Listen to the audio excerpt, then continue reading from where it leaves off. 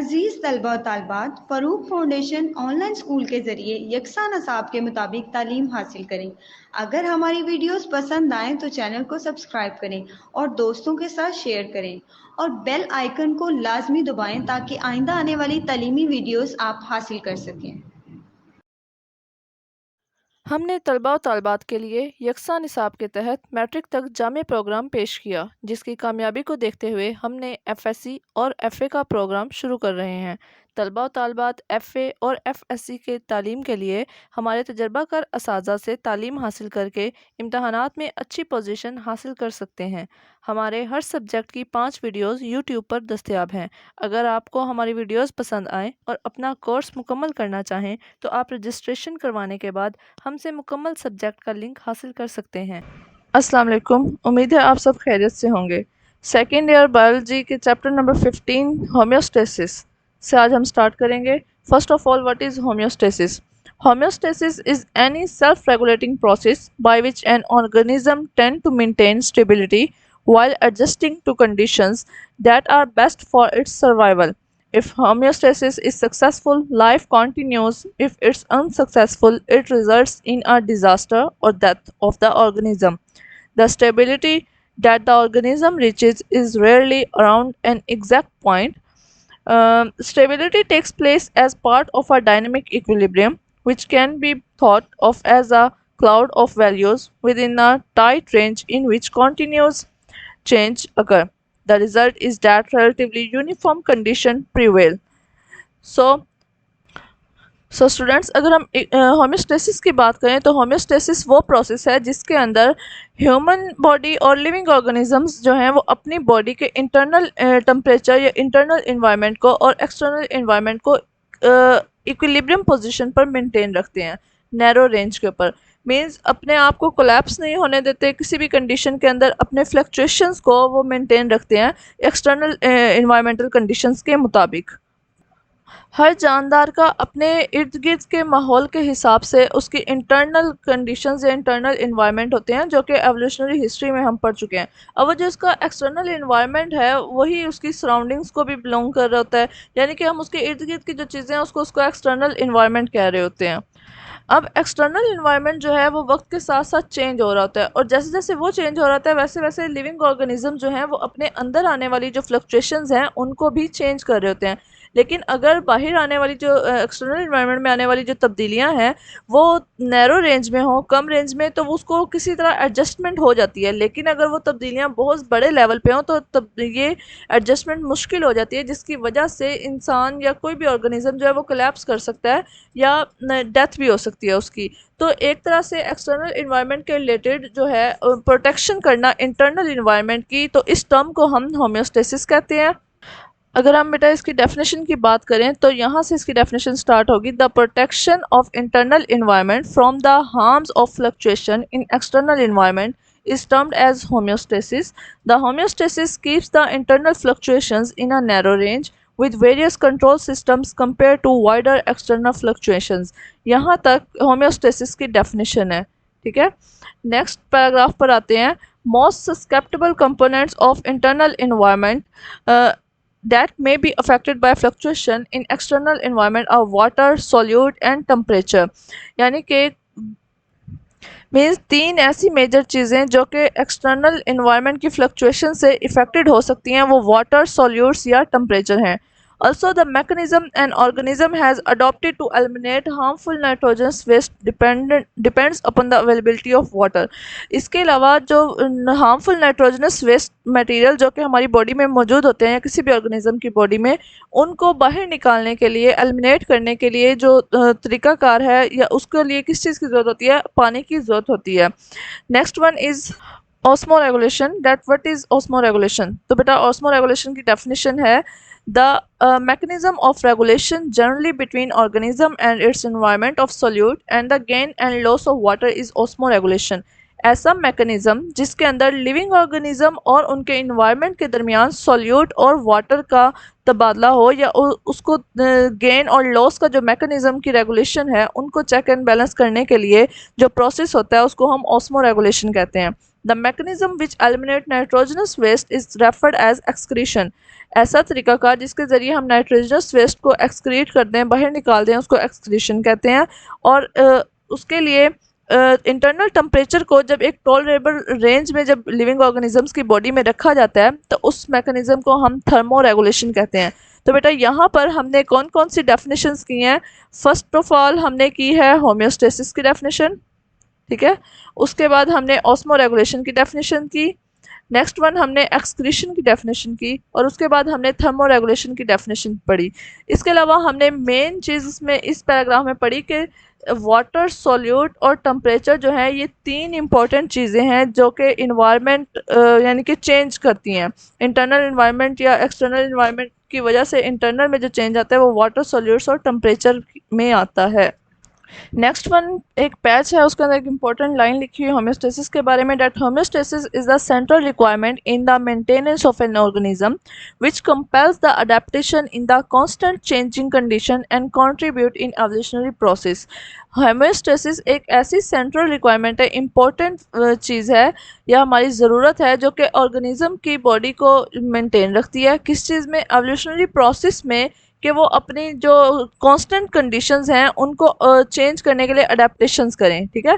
यानी कि हमारे जो एक्सटर्नल इन्वायरमेंट है उसके रिलेटेड अपने इंटरनल इन्वायरमेंट को क्या करें? चेंज करते रहें। Likewise, the control system among intercellular and extracellular internal environment of an organism also at cell level keep fluctuating in a narrow range in intracellular within cell membrane compared to in extracellular। कहा जा रहा है कि control system जो है intracellular और extra cellular में, तो जो सेल लेवल जो है जो कि एक छोटे लेवल की एक चीज़ है, वहाँ पर भी फ्लक्चुएशंस हो रही होती हैं, ठीक है। यानी कि सेल के अंदर भी कोई ना कोई चेंजिंग आ रही होती है उसके एक्सटर्नल इन्वायरमेंट के रिलेटेड, जैसा कि वास्कुलर या दूसरे इंटरस्टिशियल फ्लूइड्स जो हैं उनके अंदर कोई ना कोई चेंजिंग आ रही होती है। There is an example related to the homeostasis, like water availability may fluctuate tremendously for the organism in the external environment from abundant supply to almost dry condition. However, the quantity of water in the body internal environment may vary in response to abundant supply and dry condition, but in a narrow range. वो यहाँ पर ये बात बताना चाह रहे हैं कि एक्सटर्नल इन्वायरमेंट में वाटर की जो कंडीशन है वो बहुत ज़्यादा अबंडेंट मतलब कि हो सकती है, चेंज हो सकती है।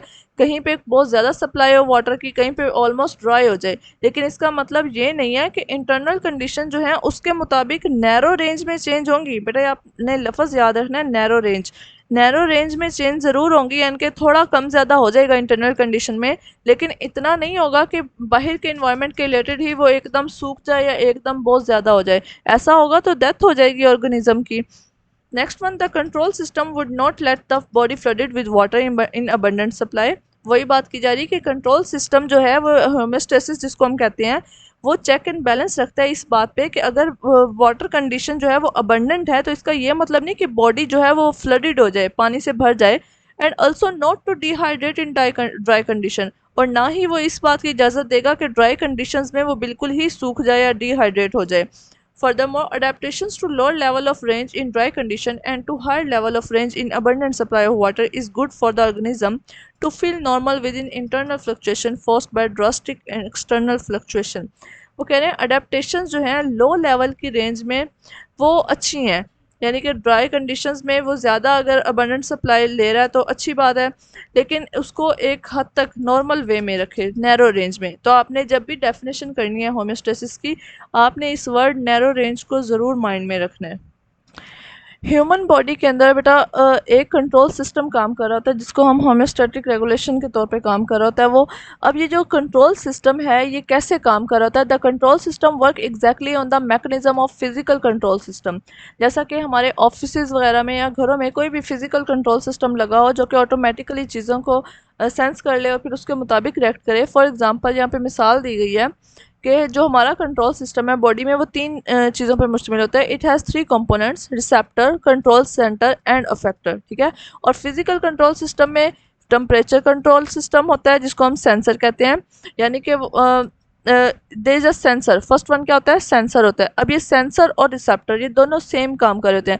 जैसा कि सेंसर का क्या काम होता है, थर्मोमीटर जिसको हम कह सकते हैं, कि ये मॉनिटर करता है टेम्परेचर चेंज को from a set point and signal to control centre to take action by switching on heater or cooling units in response to drop or rise in the temperature compared to set points।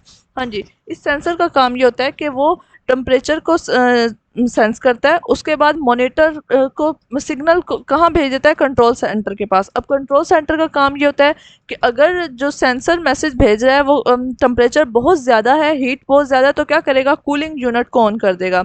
और अगर heat बहुत कम है यानी कि temperature बहुत लो है तो क्या करेगा, सर्दियों में हीटर को ऑन कर देगा।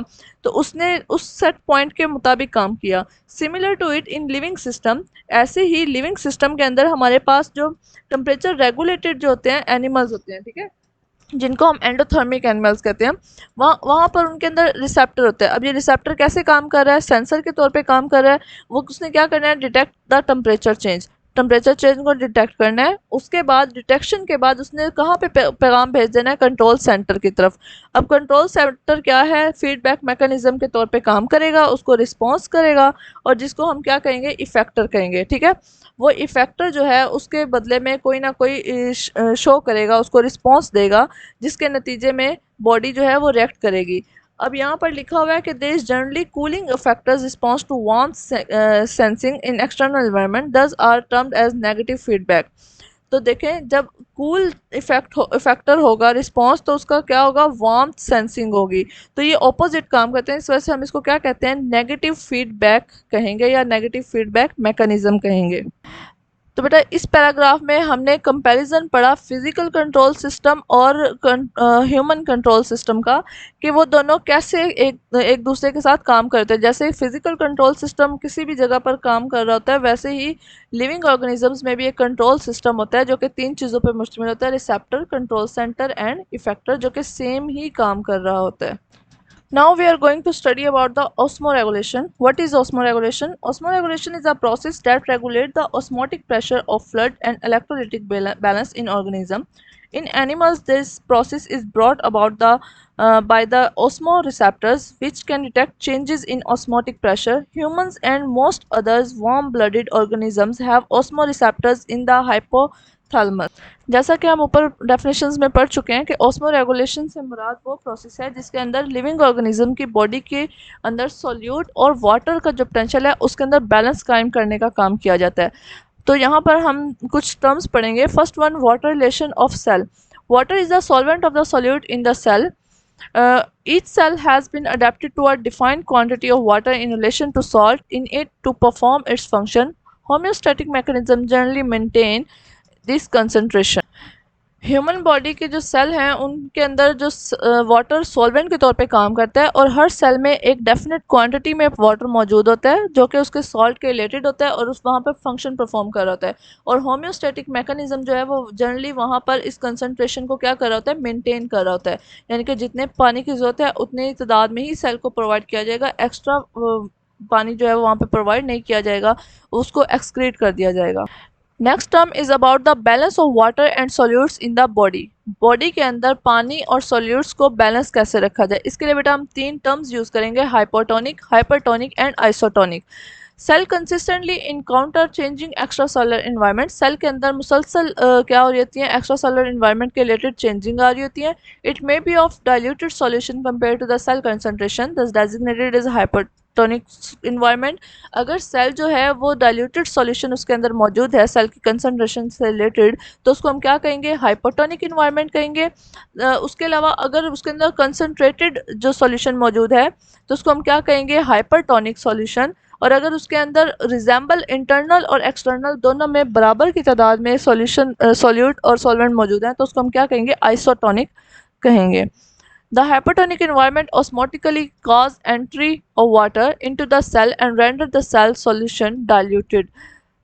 हाइपोटोनिक कंडीशन के या इन्वायरमेंट के अंदर सेल को अलाउ किया जाता है कि सेल के अंदर पानी को एंटर होने दिया जाए। जब सेल के अंदर पानी एंटर हो जाता है तो सेल क्या हो जाता है, टर्जिड हो जाता है, यानी कि फूल जाता है। Thus it may B harmed, और ये क्या हो सकता है, ये नुकसान का बायस हो सकता है सेल के लिए। Next one hypertonic environment on the other hand, दूसरे तरफ जो हाइपरटोनिक इन्वायरमेंट है उसके अंदर cell solution concentrated and shrink the cell due to loss of water. Cell को अलाउ किया जाता है कि वो बाहर की तरफ मूव करे और सेल क्या हो जाता है, श्रिंक हो जाता है, सुकड़ जाता है। To prevent these situations, cell osmoregulate themselves to keep water and salt balance in plant and animal. इन दोनों कंडीशन से बचने के लिए सेल क्या करता है, अपने आप को ऑस्मो रेगुलेट करता है ताकि पानी और वाटर को क्या कर सके, बैलेंस स्टेट में रख सके। ये काम प्लांट और एनिमल दोनों सेल्स में किया जाता है।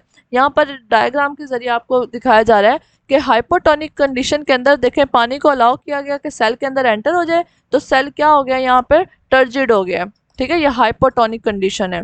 और हाइपरटोनिक कंडीशन के अंदर क्या किया गया, सेल से पानी को बाहर निकलना अलाउ किया गया, जिसकी वजह से सेल क्या हो गया, श्रिंक हो गया। तो ये कौन सी कंडीशन है, हाइपरटोनिक। जबकि सेंटर में आइसोटोनिक कंडीशन है, जितनी तादाद में पानी अंदर जा रहा है उतनी ही तादाद में पानी क्या कर रहा है, बाहर जा रहा है। तो ये कंडीशन क्या करती है, सेल को नॉर्मलाइज रखती है और इसी कंडीशन को हम ऑस्मो रेगुलेटरी कंडीशन कहते हैं, इसको हम आइसोटोनिक कंडीशन कहेंगे। Our next topic is about the osmoregulation in plants कि plants में osmoregulation का process कैसे होता है। Plants are distributed in different habitats of aquatic, moderate and severely dry terrestrial nature, thus termed as hydrophytes, mesophytes and xerophytic respectively. Plant जो है ज़मीन के ऊपर वो मुख्तलिफ कंडीशंस में, मुख्तलिफ हैबिटेट्स में पाए जाते हैं। फॉर एग्जांपल एक्वेटिक में पाए जाते हैं, पानी में पाए जाते हैं, नॉर्मल मॉडरेट टेम्परेचर में पाए जाते हैं और उसके अलावा severely ड्राई कंडीशंस में पाए जाते हैं। तो first of all we study about the hydrophytes. What are hydrophytes? Hydrophytes have the adaptation to remove the flooding of its cell in fresh water.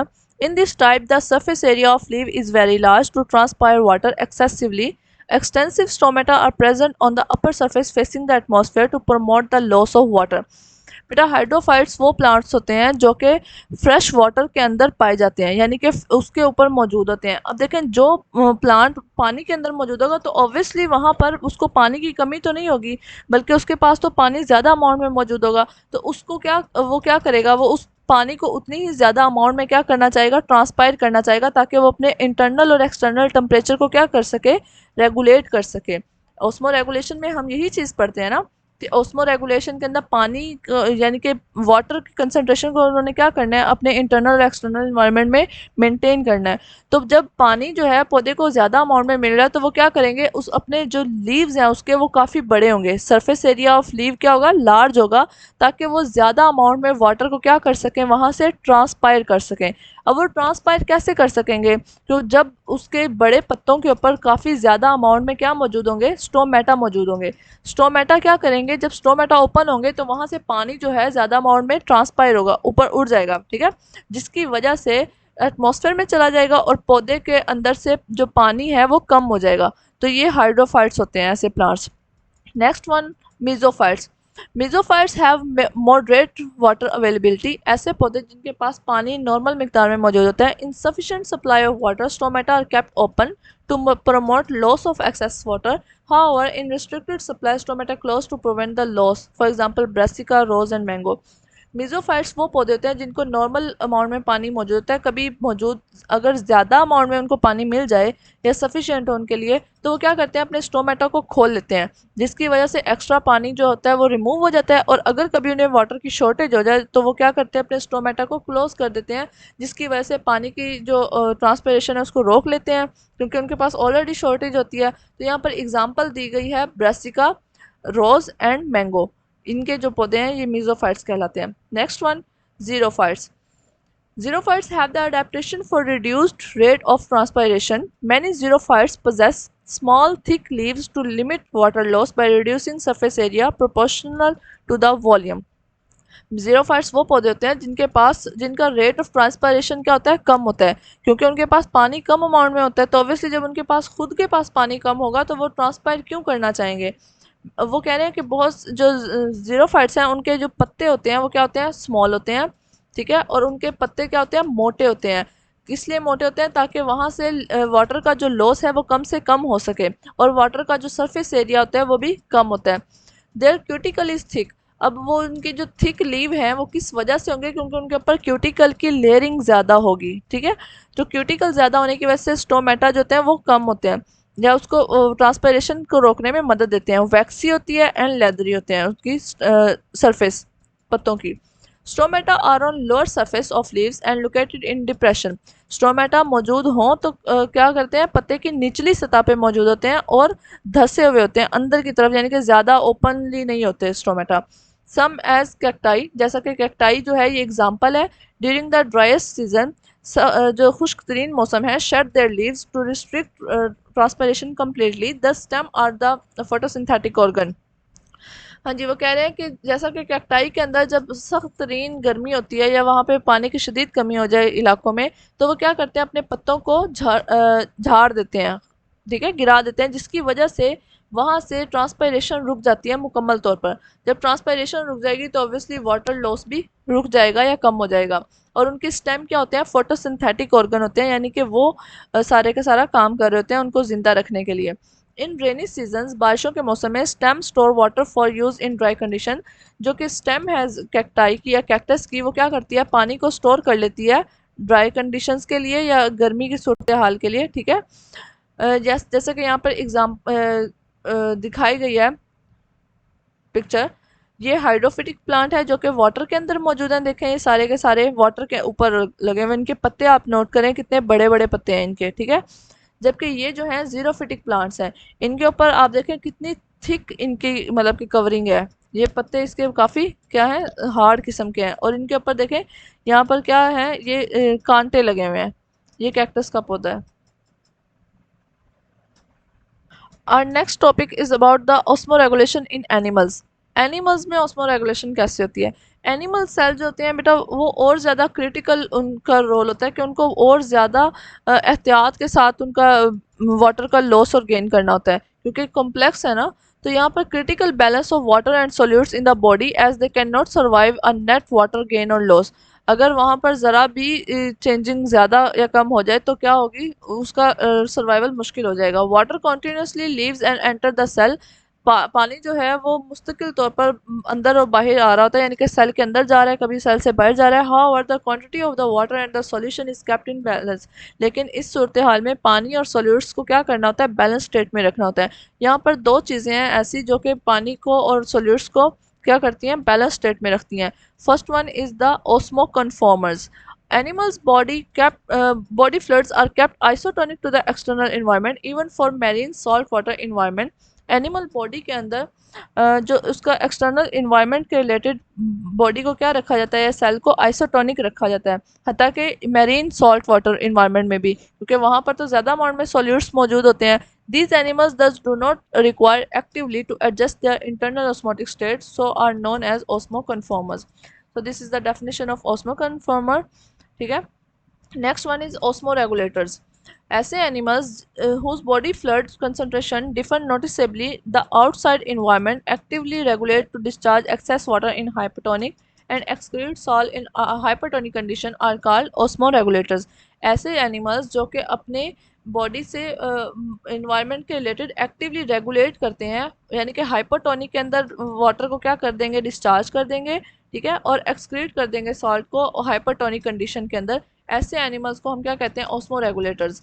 यहाँ पे आपने ओस्मो कन्फॉर्मर और ओस्मो रेगुलेटर दोनों की डेफिनेशन करनी है। Animals inhabiting different environments have distinct adaptation to regulate osmotic balance.